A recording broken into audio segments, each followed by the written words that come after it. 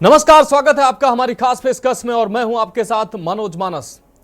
केंद्र सरकार द्वारा नीट पीजी 2024 की परीक्षा को स्थगित करने की घोषणा के बाद छात्र संगठनों और डॉक्टरों के संघों ने इस निर्णय पर असंतोष जताया है। उनका कहना है कि देश की शिक्षा प्रणाली बर्बाद हो गई है। छात्र संगठनों ने नेट यूजी और नीट पीजी परीक्षा आयोजित करने के लिए जिम्मेदार एजेंसी की हाई लेवल जांच करने की मांग की है। नीट पीजी की परीक्षा रद्द होने पर विपक्ष ने सरकार के खिलाफ जमकर हमला बोलना शुरू कर दिया है। सरकार के खिलाफ मोर्चा खोल दिया है। कांग्रेस नेता राहुल गांधी और प्रियंका गांधी ने एक्स पर पोस्ट कर केंद्र सरकार पर जहां तगड़ा निशाना साधा। प्रियंका गांधी ने एनटीए को नो ट्रस्ट एजेंसी करार दिया। वहीं तेजस्वी यादव ने हमला बोलते हुए कहा कि केंद्र सरकार में या तो पेपर लीक हो रहे हैं या तो स्थगित हो रहे हैं। यह स्थिति दुर्भाग्यपूर्ण है कि सरकार अब भी अपनी असफलताओं को स्वीकार नहीं कर रही है। सब सबूत मिलने के बावजूद नीट परीक्षा को रद्द नहीं किया जाना कहीं ना कहीं सरकार की मिली भगत को दर्शाता है। तो ये तो अब देखिए, पहले धर्मेंद्र प्रधान कह रहे थे कि भाई पेपर लीक नहीं हुआ है। अब जो है सारे पेपरों को रद्द किया जा रहा है, पोस्टपोन किया जा रहा है।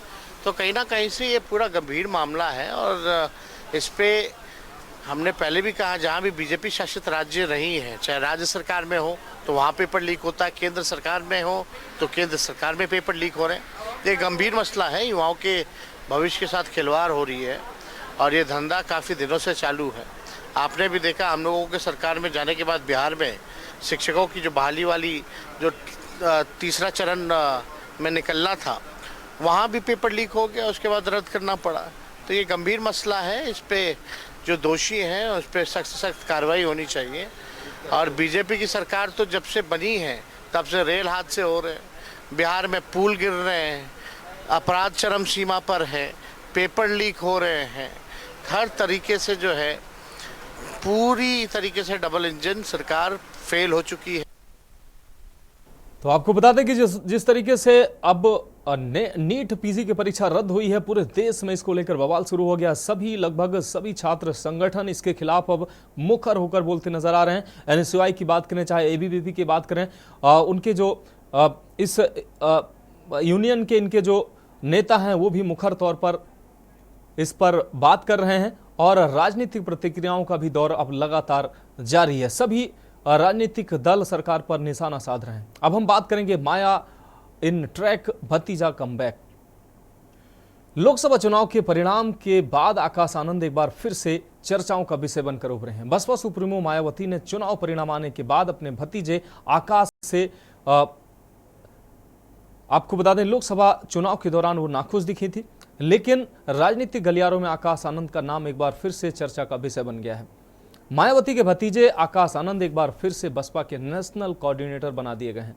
यह फैसला लखनऊ में हुई पार्टी बैठक में लिया गया है। आकाश आनंद एक बार फिर से बसपा के नेशनल कोऑर्डिनेटर बन गए हैं। आपको बता दें कि आकाश आनंद को वापस से वही पद सौंप दिया गया है, वही जिम्मेदारी एक बार फिर से बुआ मायावती ने भतीजे आकाश आनंद को सौंपी है। इस मौके पर मायावती ने कहा कि बसपा आने वाले चुनाव में मजबूती के साथ लड़ेगी, साथ ही वह किसी भी पार्टी के साथ गठबंधन करने नहीं जा रही है, वह अकेले ही चुनाव लड़ेगी। मायावती के भतीजे आकाश आनंद से नाराजगी दूर हो गई है। लोकसभा चुनाव के दौरान अपनी एक स्पीच के बाद मायावती ने उन्हें इस पद से हटा दिया था। मायावती ने कहा था कि उन्हें अनुभव नहीं है, वो अभी परिपक्व नहीं है। जब परिपक्व होंगे तब उनको जिम्मेदारी दी जाएगी और उनको वारिस भी बनाया जाएगा।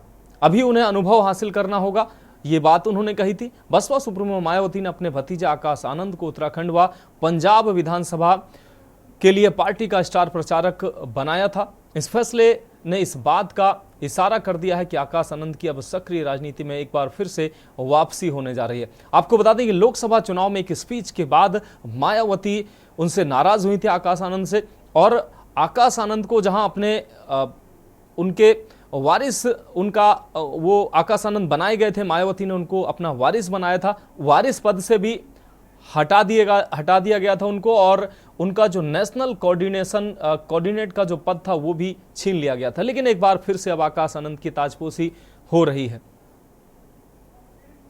कौशलेंदु उपाध्याय हमारे संवाददाता हमारे साथ जुड़ चुके हैं, उनसे उनके पास चलेंगे और समझेंगे।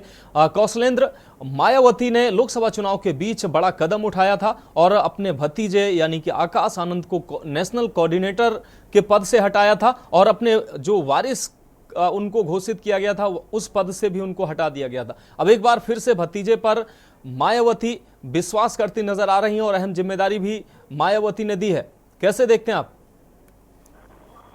जी बिल्कुल, देखिए आपको बताएं कि जिस तरह से मायावती ने उनको पहले अपना national coordinator Bahujan Samaj party बना, उसके बाद राजनीतिक विलास उन्होंने उनको उत्तराधिकारी बना, लेकिन लोकसभा चुनाव में बयानबाजी के चक्कर जब मुसलमान दिवस स्थापक में उसके बाद उनको से हटा दिया गया और कहा गया कि यह पद है राजनीति में, कुछ दिन बाद कुछ देखा जाएगा।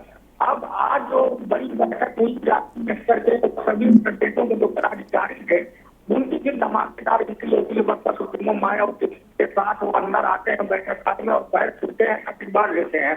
तब तक एक मिनट ऐसा है कि अचानक से फिर वापसी हो रहे थे और फिर उसी के बाद जब बैठक 2.5 घंटे खत्म होती है, बैठक में सुप्रीमो मायावती पूरे ऐलान करती है कि आकाश आनंद की जरूरत है पार्टी में और पार्टी सभी को ज्यादा तक सम्माने और हमारे जो राजनीतिक अधिकारी बने। उसके बाद उसको फिर तारीखों से लोगों का स्वागत करते हैं। उसके बाद फिर उसके साथ एक बयान और देते नेशनल कोऑर्डिनेटर बनाया जाता है। उसके बाद सभी लोग उनका स्वागत करते हैं। यहाँ पे बैठक जब खत्म होती है पाकिस्तान पे मतलब बिहार पदाधिकारी होता है, बात करता है, सबसे मिलते हैं, गेट टुगेदर होते हैं। उसके बाद बैठक खत्म होती है, बसपा सुप्रीमो मायावती और उनके भाई आनंद और भतीजे आकाश आनंद तीनों लोग पार्टी कार्यालय में बाहर जाते हैं, सब पदाधिकारी फिर बाहर आते हैं। लेकिन आज की राजनीति जो उनका बैठक अगर देखा जाए तो अब आकाश आनंद फिर से राजनीति में सक्रिय हो गए हैं। हालांकि उनको जो है उत्तराखंड का परिचय प्रचारक बनाया गया था, लेकिन अब जो है वो राजनीति में निश्चित रूप से कौशलेंद्र, आपकी आवाज स्पष्ट रूप से हमारे दर्शकों तक नहीं पहुंच पा रही है। फिलहाल आपका इस जानकारी के लिए बहुत शुक्रिया। तो आपको बता दें कि आकाश आनंद पर एक बार फिर से मायावती ने भरोसा जताया है। आकाश आनंद को अपना वारिस जहां उनको अब दोबारा से बनाने की बात कही जा रही है, वहीं उनको नेशनल कोऑर्डिनेटर का जो उनका पद था वो भी अब उनको वापस दे दिया गया है। तो मायावती ने एक खास बयान दिया था कि अभी वो परिपक्व नहीं हुए हैं आकाश आनंद। तो अब ये बड़ी बात है कि आखिर इतनी जल्दी आकाश आनंद क्या परिपक्व हो गए हैं। अब बढ़ते हैं अगली खबर की ओर, बात करते हैं पानी की टेंशन, मंत्री ऑन अनशन। राजधानी दिल्ली में जल संकट के बीच सियासी पारा भी परवान चढ़ता नजर आ रहा है। हरियाणा से अतिरिक्त पानी की मांग को लेकर भोगल के जंगपुरा स्थित सैनी चौपाल में दिल्ली की जल मंत्री आतिशी अनिश्चितकालीन अनशन पर बैठी हैं। आतिशी के अनशन का आज तीसरा दिन है और सियासी गर्मा गर्मी भी अपने पूरे जोर शोर से है। आपको बता दें, दिल्ली वालों के हक के लिए जल सत्याग्रह पर बैठी जल मंत्री आतिशी की स्वास्थ्य जांच भी इस दौरान चलती रही है। अनशन के तीसरे दिन जल मंत्री आतिशी के ब्लड प्रेशर में और गिरावट आई और सियासी गर्मी का पारा भी चढ़ता नजर आया। वहीं दिल्ली भाजपा प्रमुख वीरेंद्र सचदेवा ने आप पर हमला करते हुए कहा कि आप दिल्ली में शासन कर रही है, जल संकट को हल करने की जिम्मेदारी दिल्ली सरकार की भी उतनी ही है जितनी केंद्र सरकार की है, लेकिन वे राजनीतिक नाटक और अनशन करने की अपनी जिम्मेदारियों से भाग रहे हैं। बात करें जल मंत्री की तो आतिशी की तो अनशन के तीसरे दिन उन्होंने एक वीडियो संदेश के माध्यम से कहा कि हरियाणा सरकार ने दिल्ली को पानी छोड़ने वाले गेट को बंद कर दिया है।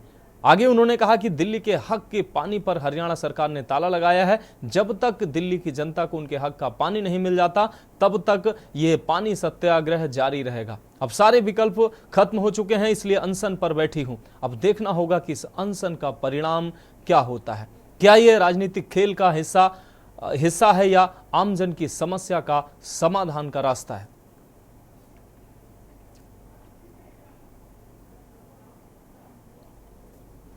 आज मेरे अनिश्चितकालीन अनशन का तीसरा दिन है। मैं इस अनशन पे इसलिए बैठी हूँ क्योंकि दिल्ली में पानी का बहुत संकट है, दिल्ली में पानी की बहुत कमी है। दिल्ली में अपना पानी नहीं है, दिल्ली का सारा पानी पड़ोसी राज्यों से आता है। दिल्ली में कुल पानी 1005 MGD है, जिसमें से 613 MGD यानी 613 मिलियन गैलन प्रतिदिन हरियाणा से आता है। लेकिन पिछले 3 हफ्ते से हरियाणा ने अपना पानी कम कर दिया है, वो दिल्ली को पानी दे नहीं रहे। वो सिर्फ 513 एमजीडी यानी 100 मिलियन गैलन प्रतिदिन कम पानी दिल्ली के लिए छोड़ रहे हैं। देखिए, आप सब जानते हैं कि दिल्ली में पानी की कितनी कमी है। आप सब जानते हैं कि दिल्ली वाले बूंद बूंद पानी के लिए तरस रहे हैं। दिल्ली में अपना पानी नहीं है, दिल्ली का सारा पानी पड़ोसी राज्यों से आता है। दिल्ली को कुल पानी जो मिला हुआ है वो 1005 एमजीडी है।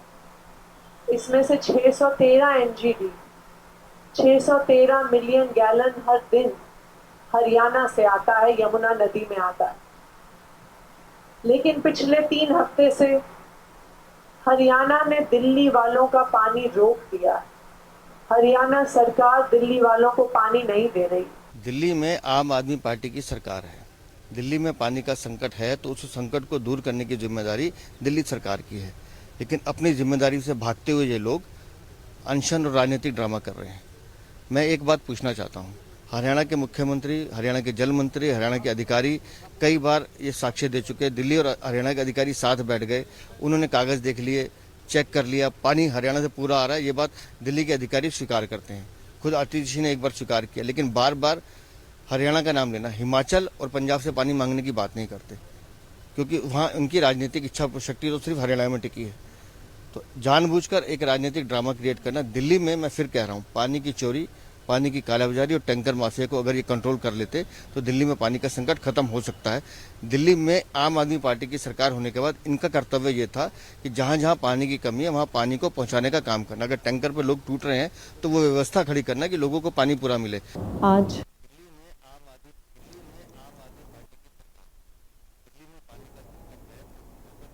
तो जल मंत्री आतिशी का अनशन का आज तीसरा दिन है। आपको बता दें कि प्रखर श्रीवास्तव, आप प्रवक्ता हमारे साथ जुड़ गए हैं। प्रखर जी, जल मंत्री के अनशन का आज तीसरा दिन है। उन्होंने एक वीडियो संदेश जारी कर अपनी बात रखी है। वहीं वीरेंद्र सचदेवा का कहना है, जो बीजेपी के प्रदेश अध्यक्ष हैं, उनका कहना है कि अनशन नाटक है। असलियत में समस्या को समाधान ही नहीं करना चाहती है दिल्ली सरकार। क्या कहेंगे आप? देखिए, सबसे पहले आपको नमस्कार, आपके सभी दर्शकों को मेरा नमस्कार जी। देखिए, ये बिल्कुल स्पष्ट है कि भारतीय जनता पार्टी, ये पहली बार नहीं हो रहा है कि ठीक गर्मी, जब भीषण गर्मी, जब लोग, दिल्ली के लोग जब पानी के लिए त्राहिमाम कर रहे होते हैं और हरियाणा सरकार पानी रोकती है। हमारे कुछ आपके मीडिया बंधुओं से और हमें सोशल मीडिया प्लेटफॉर्म से हमको ये पता था कि किस लेवल से एक स्तर पार हथनी कुंड में पानी मौजूद है और एक साजिश के तहत हरियाणा सरकार वहां का पानी रोक रही है। कि और वो भी कब रोका जा रहा है? वो भी ठीक चुनाव से पहले, जब दिल्ली में विधानसभा का चुनाव सर पे लगा हुआ है। हम लोग लगातार देखते हुए आ रहे हैं कि भारतीय जनता पार्टी किस किस्म की औछी राजनीति करने को उतर आई। पहले दिल्ली वासियों के हक का पानी मारने का काम, फिर उसके बाद जब हम लोगों को पानी दे रहे हैं। प्रखर श्रीवास्तव जी, वीरेंद्र सचदेवा कह रहे हैं कि दिल्ली के अधिकारी जो हैं, आम आदमी सरकार में जो अधिकारी हैं, वो मानते हैं कि हरियाणा अपना पूरा पानी दे रहा है, लेकिन फिर भी आरोप लगाया जा रहा है। क्या इसमें कितनी सच्चाई है? देखिए, मैं आपको क्या बता रहा था जी, मैं यही कह रहा था, ये लोग इतने अच्छी राजनीति करने वालों में से हैं कि अब जब हम पानी दे रहे हैं तो कह रहे हैं मुसलमान इलाके में पानी जा रहा है और हिंदू इलाके में पानी नहीं दे रहे हैं लोग। अच्छी राजनीति का स्तर देखिए। और रही बात वीरेंद्र जी की, उनके अध्यक्ष की, देखिए, इन सब लोगों को दिल्ली की जनता और देश की जनता जान रही है किस तरीके से एक साजिशन तौर पर पाइपलाइन को डैमेज करते हैं, किस तरीके से हमारे विभाग में, जल विभाग में जाकर रमेश बिदौड़ी जैसे इनके सांसद तोड़फोड़ करते हैं, वहां के कर्मचारियों को डराते हैं। ये देश की जनता देख रही है और जान रही है अच्छी तरीके से। और हमें और आपके दर्शकों को वो पूरी तरीके से सब जानते हैं कि कौन हमारे लिए काम कर रहा है, कौन हमारे लिए काम नहीं कर रहा है। आज ये बहुत चिंता का विषय हो गया। 3 दिन से आतिशी जी अनशन पे बैठी हुई हैं, उनका लगातार उनकी जो हेल्थ है वो डिग्रेड होती जा रही है पहले के समय से, और किसी भी तरीके से न सरकार भी कान में जू रेंग रही है। प्रखर भाई, मेरा सवाल आपसे सीधा सवाल है कि भाजपा भी आरोप लगा रही है, कांग्रेस भी आरोप लगा रही है कि 10 साल से आप शासन में हैं, तमाम योजनाएं आपने फ्री में चलाई है। ये जग जाहिर है कि दिल्ली में हर वर्ष पानी की समस्या होती है। दिल्ली में अपने जल स्रोत क्यों विकसित नहीं किए? दिल्ली ने तमाम योजनाएं चलाई हैं। दिल्ली ने पानी के लिए, पानी की व्यवस्था के लिए दिल्ली ने अपनी योजनाएं क्या चलाई हैं? यही आपको बताना चाह रहा था। देखिए, दिल्ली देश की राजधानी है, वहां पर 2 करोड़ की जनसंख्या का वो प्रदेश है, और दिल्ली खुद पानी नहीं पैदा करता, वो हिमाचल प्रदेश और हरियाणा के नदियों से डिपेंडेंट रहता है। और जाहिर सी बात है, कोई पानी पे किसी का हक थोड़ी ना होता है। हम पहाड़ों से ये पानी आता है, और ये हिमाचल प्रदेश के रास्ते होते हुए हरियाणा से दिल्ली और उत्तर प्रदेश के इलाकों में जाता है। और ये तो औछी किस्म की राजनीति हुई ना। अच्छा, आपको अगर याद हो, आप ही का चैनल था, आपके ही चैनल ने ब्रेक करा था जब दिल्ली में पानी का संकट बड़ा था। हरियाणा सरकार ने पानी देना बंद कर दिया था, हथनी कुंड बैराज को बंद कर दिया था, और यमुना का स्तर लगातार गिरता हुआ आ रहा था। आतिशी जी ने प्रेस कॉन्फ्रेंस करी थी, मीडिया बंधुओं से साझा करा था कि किस तरीके से ये षड्यंत्र के तहत हरियाणा सरकार पानी रोक रही है। दूसरा, सबसे अहम बात, आतिशी जी ने तुरंत चिट्ठी लिखी हरियाणा सरकार को, तुरंत चिट्ठी लिखी उत्तर प्रदेश सरकार को। आज उन्होंने प्रधानमंत्री को चिंता जताई, उन्होंने उनको निश्चित रूप से प्रखर जी, निश्चित रूप से जल मंत्री आतिशी तो निश्चित रूप से सक्रिय नजर आई है। प्रधानमंत्री को उन्होंने पत्र लिखा है और कई राज्यों से उन्होंने अपील भी की है दिल्ली के जल संकट को दूर करने के लिए। प्रखर भाई, आपका बहुत शुक्रिया, आप हमारे साथ जुड़े। तो आतिशी, जल मंत्री आतिशी का अनशन का आज 3रा दिन है, और अब देखना होगा कि अनशन से दिल्ली वासियों को पानी की जो किल्लत है उससे उनको मुक्ति मिलती है या नहीं मिलती है। क्या अनशन से उनको पानी मिल जाएगा, ये देखने वाली बात रहेगी। अब बात करेंगे हम बरेली में गैंगवार की। ब्रेक लेंगे अभी, और ब्रेक के बाद इस खबर की बात करेंगे। आप देख रहे हैं के न्यूज, खबरों का सारथी।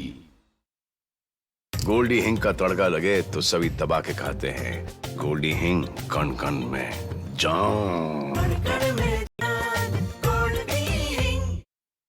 Municipal corporations are prepared to minimize the impact of extreme heat on citizens. They issue advance warning of heat waves via SMS, radio, television, and newspapers. Maximum effort is made to provide water and electricity, especially on heat wave days. Employers have been advised to alter work shifts to cooler hours. During heat hours, go to schools, temples, libraries, gardens, night shelters that are kept open. Additional drinking water booths have been made available. Remain hydrated. Ambulances, hospitals, and health centers have enough staff and medical supplies. Visit in case of emergency or call the 108 ambulance immediately. Be alert, be safe. आप देख रहे हैं के news, खबरों का सारथी।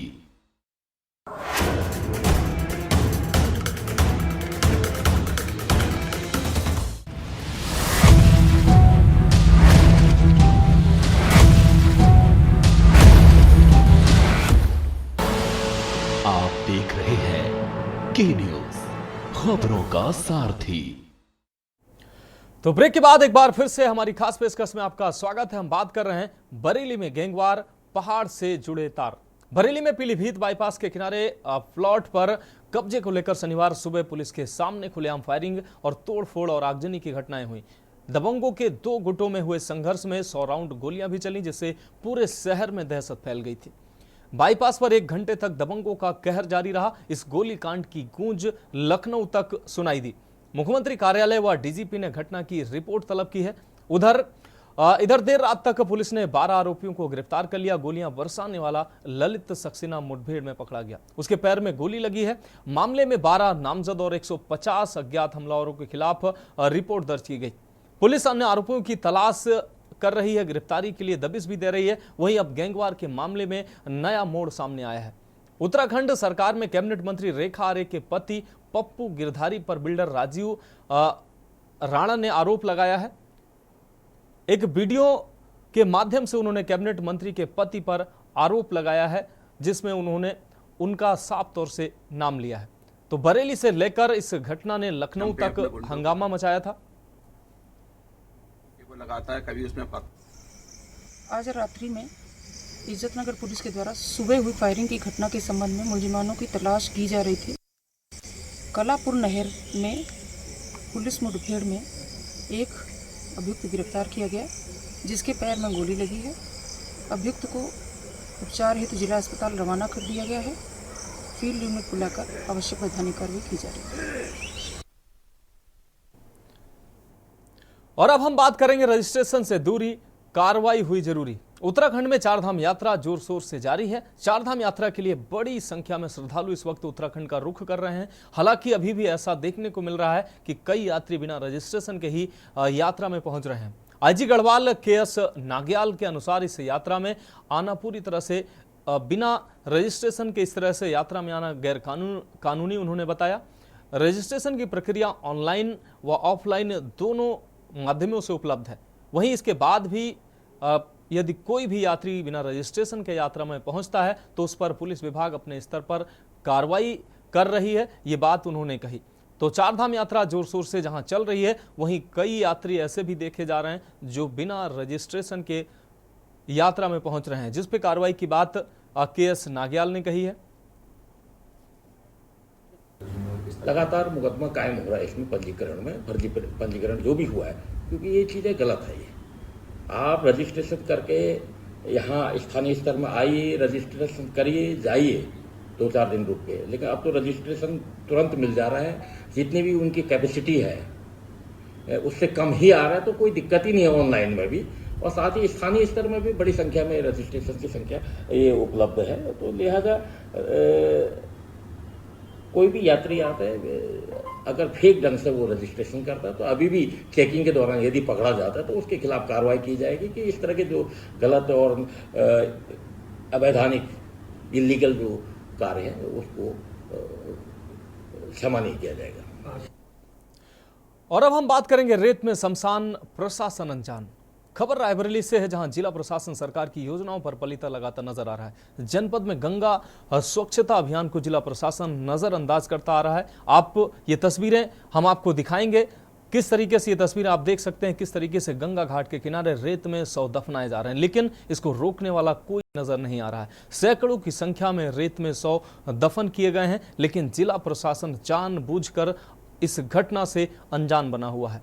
News India के कैमरे में ये तस्वीरें कैद हुई हैं। ये रायबरेली के गेगासो गंगा घाट की तस्वीरें हैं, जिन्हें आप साफ तौर पर देख सकते हैं। सूबे के CM योगी की सख्ती के बाद भी जिला प्रशासन की लचर प्रक्रिया और अनदेखी के चलते खुलेआम गंगा घाट पर ये शव दफनाए जा रहे हैं। वहीं आसपास के रहने वाले ग्रामीणों ने इस पर विरोध भी जताया, नाराजगी भी जताई, लेकिन उसके बावजूद भी धड़ल्ले से इन गंगा घाट के किनारे इन शवों को दफनाया जा रहा है, लेकिन प्रशासन कहीं से भी सुध लेता नजर नहीं आ रहा है।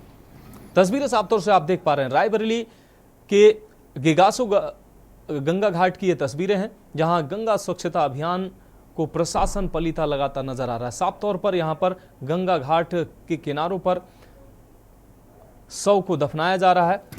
वैसे भी गंगा प्रदूषित है और ऐसे में इन शवों को दफनाने के बाद गंगा को और भी प्रदूषित किया जा रहा है। और इन घाटों पर जो साफ सफाई के नाम पर खाना पूर्ति की जाती है, उसको भी आप साफ तौर से देख पा रहे हैं किस तरीके से खुलेआम इन घाटों पर, जहां लोग आचमन करने के लिए इन घाटों पर पहुंचते हैं, वहीं पर इन शवों को खुलेआम दफनाया जा रहा है और इसकी सुध भी लेने वाला कोई नहीं। सैकड़ों की संख्या में इस तरीके से ये शव दफनाए गए हैं, लेकिन जिला प्रशासन जानबूझकर अनजान बना हुआ है और कोई कार्रवाई करता नजर नहीं आ रहा है। मुख्यमंत्री योगी आदित्यनाथ की लगातार अपील के बावजूद भी गंगा स्वच्छता अभियान को प्रशासन पलीता लगा रहा है। प्रशासन की अनदेखी की वजह से इस तरीके की ये तस्वीरें सामने आ रही हैं और जो गंगा घाटों पर शव दफनाए जाने का सिलसिला है वो रुकने का नाम नहीं ले रहा है।